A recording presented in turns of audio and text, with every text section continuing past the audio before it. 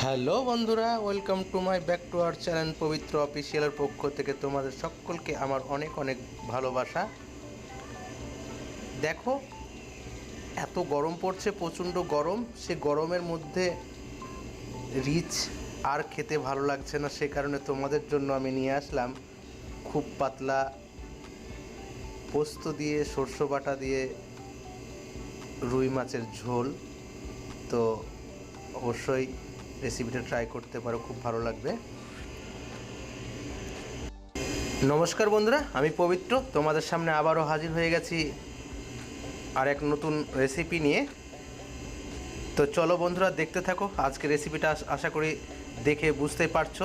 তো সর্বপ্রথম যে কাজটা আমাদেরকে করে নিতে হবে, এই যে মাছের পিসগুলোতে প্রথমত দিয়ে দিতে হবে আমাকে হলুদ গুঁড়ো, লবণ এবং কাশ্মীরি মির্চি পাউডার আর সরষের তেল দিয়ে এই মাছগুলোকে ম্যাগনেট করে নিতে হবে। ম্যাগনেটটা করে নেওয়ার পরে আমাকে মিনিট 15-20 রেখে দিতে হবে। তার গরমে আমরা খুব ক্লান্ত হয়ে গেছি, তাই তোমাদের জন্য আজকে আমি হালকা পাতলা ঝোল গরম ভাতের সাথে রেসিপি নিয়ে এসেছি। তো তোমরা দেখতে থাকো আর কেমন করে মাছগুলোকে মশলা লাগিয়ে নিচ্ছে একটু দেখে নাও।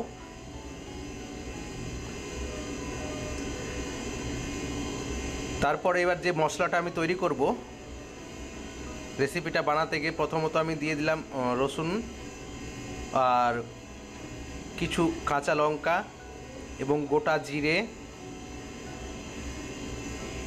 ঝালের জন্য অল্প গোটা গোলমরিচ, আর দিয়ে দিলাম কিছুটা পরিমাণের আদা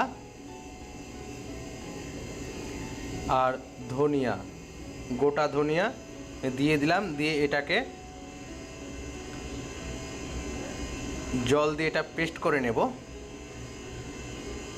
দেখো, পেস্টটা আমার রেডি। আর একটা মশলা তৈরি করতে হবে আমাকে।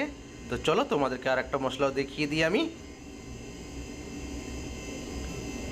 তো এইদিকে দেখো, পেঁয়াজের টুকরোগুলো এইভাবে করে কেটে নিতে হবে।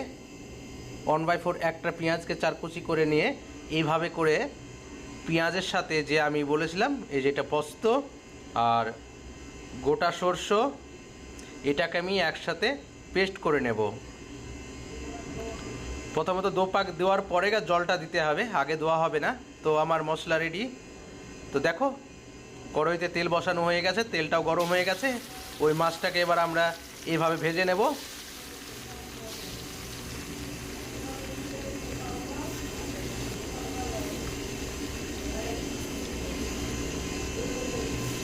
এইভাবে উল্টো পাল্টে করে মাছগুলো পুরো ভেজে নিতে হবে। মাছগুলো পুরো লাল লাল করে ভেজে নিতে হবে।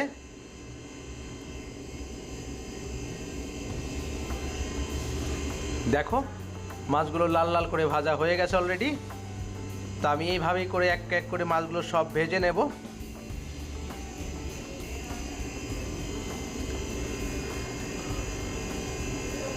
আর এই গরমের মধ্যে এই রেসিপিটা কেমন লাগছে এবং লাগবে তোমরা অবশ্যই ট্রাই করে দেখবে, আর অবশ্যই একটা কমেন্ট বক্সে কমেন্ট করবে। আর এদিকে সেই মাছ ভাজা তেলটাতে আমি প্রথমত দিয়ে দিলাম কালি জিরা এবং গোটা কয়েক চির লঙ্কা।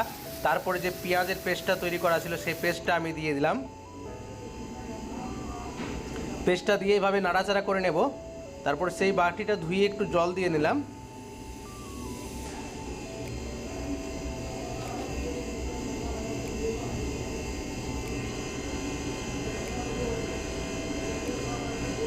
তারপরে কিছুটা দেখো, সেই মশলাটা আমি প্রথমত যে মশলাটা তৈরি করেছিলাম সেই মশলাটাও এখানে দিয়ে দিলাম। আর যেহেতু সব মশলাটাই কাঁচা মশলা, সে কারণে আমাকে ভালো করে একটু রান্না করে নিতে হবে। লবণ দিয়ে দিলাম, আর রঙের জন্য এখানে হলুদ গুঁড়ো আর কাশ্মীরি মির্চি পাউডার আর হালকা পরিমাণে একটু চিলি পাউডার, গুঁড়ো লঙ্কার গুঁড়ো। তো এগুলো দিয়ে এইভাবে নাড়াচাড়া করে নেব। নাড়াচাড়া করে নেওয়ার পরে মশলাটাকে সুন্দর করে রান্না করে নেব।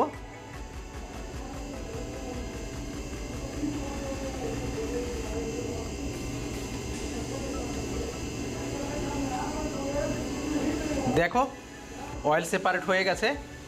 তারপরে আমি দিয়ে দেব টমেটো পেস্ট করে রেখেছিলাম, টমেটোটা দিয়ে দেবো এবার। তারপরে দেখো কিছু পরিমাণে দইটা ফেটে নিলাম। এবার দেখো সে দইটাকেও এবার দিয়ে দিলাম আমি। এবার দইটা দিয়ে ভালো করে মশলাটাকে নাড়িয়ে চাড়িয়ে নেব। যেহেতু মশলাটা আমার রান্না হয়ে গেছে, তো এবার আমাকে ঝোল বানানোর জন্য জল ঢেলে দিতে হবে। এইভাবে করে জলটা ঢেলে দেব। ঝোলের জন্য জল আমার রেডি। তো এদিকে আমি কিছুটা লঙ্কা দিয়ে দিলাম আর কিছু ধনেপাতা কুচি দিয়ে দিলাম। এইভাবে এবার ঝোলটাকে ফোটাবো। তোমরা অবশ্যই এই গরমের মধ্যে রেসিপিটা ট্রাই করতে পারো, অবশ্যই ভালো লাগবে।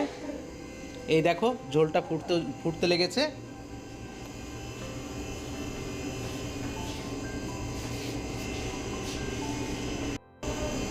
ফুটন্ত ঝোলে এবার আমি দেখো কাঁচা তেল সরষের দিয়ে দিলাম। এবার সুন্দর করে ঝোলটাকে ফুটিয়ে নেব। কিন্তু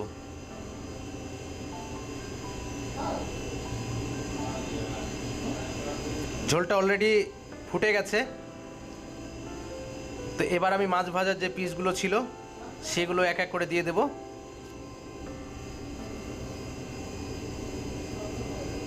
এইভাবে করে মাছগুলো সব ঝোলের মধ্যে দিয়ে দিলাম। আর আমার নতুন বন্ধুদেরকে আমার অনেক অনেক ভালোবাসা। প্লিজ আমার এই চ্যানেলটাকে একটু সাবস্ক্রাইবার করে নেবে, পাশে থাকা বেল আইকনটা প্রেস করে অল নোটিফিকেশান ক্লিক করে দেবে একটু, যাতে আমি নতুন নতুন রেসিপি দিই তোমাদের কাছে সর্বপ্রথম পৌঁছে যায়। আর পুরাতন বন্ধুদেরকে আমার অনেক অনেক ভালোবাসা। তোমরা এভাবে পাশে থেকো, সাথে থেকো। আর দেখো আমার পাতলা মাছের ঝোল কিন্তু রেডির দিকে।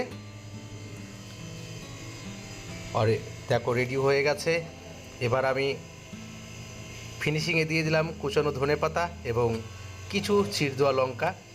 আর প্লিজ বন্ধুরা, এই রেসিপিটা কেমন লাগলো অবশ্যই তোমরা একটা কমেন্ট বক্সে কমেন্ট করে জানিয়ে দেবে, যাতে তোমাদের একটা কমেন্ট আমাকে অনেক উৎসাহিত করবে আরও নতুন নতুন রেসিপি দিতে। ততক্ষণে সবাই ভালো থাকবে, সুস্থ থাকবে। আমি পবিত্র আবার তোমাদের সামনে হাজির হয়ে যাব নতুন কোনো রেসিপি নিয়ে। ততক্ষণে সবাই ভালো থাকবে, সুস্থ থাকবে। আর এই গরমের মধ্যে একটু তোমরা নিজেদের খেয়াল রেখো, পরিবারের দিকে খেয়াল রেখো। ততক্ষণে সবাই সুস্থ থেকো, ভালো থেকো। Tata bye.